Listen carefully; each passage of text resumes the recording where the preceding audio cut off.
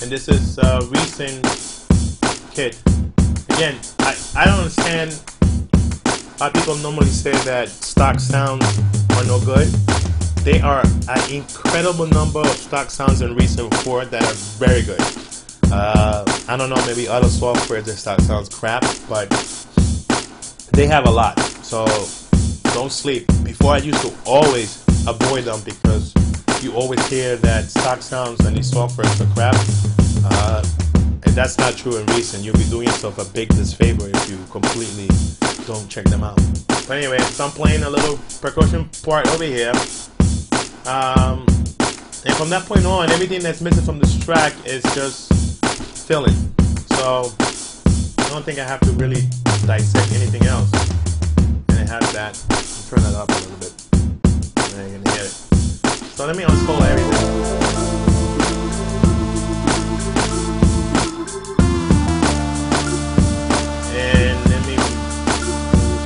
And then let's jump into the first verse.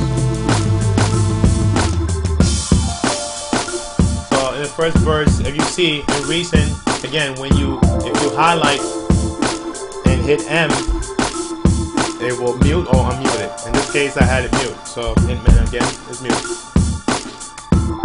And basically, what I have here is just playing. I just dropped off those sounds.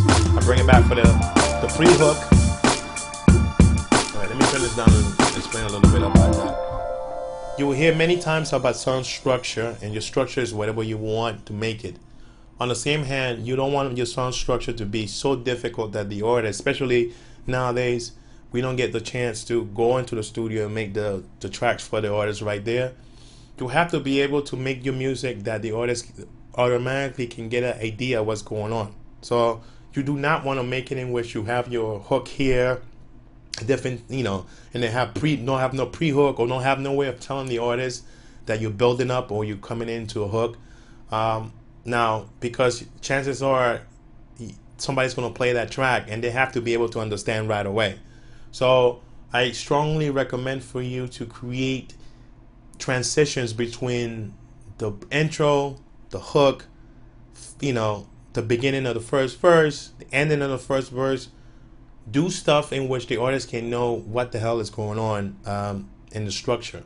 You know what I'm saying? That doesn't mean that you cannot be original, but you want to follow some guidelines that to stay in pocket. You have to be able to do that. So in this case, if you notice,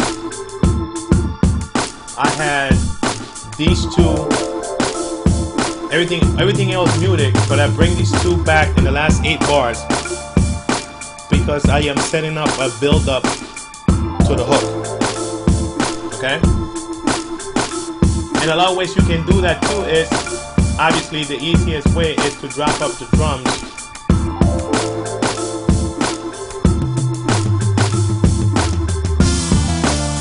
And again, in a transition, could be an effect to a tom, crash, whatever you want. You want to do that. Let me just play that piece again. You want to do it in a way in which you can fully understand that the hook is coming over again.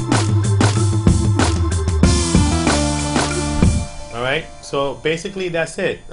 You do those type of things, and it puts you in a position in which at least you come in and then after that people can say, well, I like this beat, but I couldn't grasp the feeling, or couldn't grasp where it was going. So remember to have short intro, not long enough, and it shouldn't be no more than 8 bars, preferably 4. Nice build-ups. Make sure that you announce when your hook is coming and when the verse is starting and when the hook is coming again. Pre-hook is definitely a good thing to do, but nothing crazy. And just write it out. From that point on, you should be in good shape. So if you notice that the song, and I hate the fact that this is just one monitor, so I can't show you everything.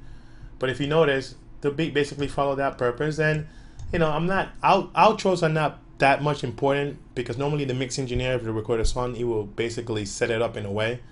But obviously, if you can drop stuff off in the outro too. One thing that I didn't show here is obviously I have an intro effect. Let's play the intro of this song. And that's E main synth is playing, and then I just bring some stuff in, a little effect,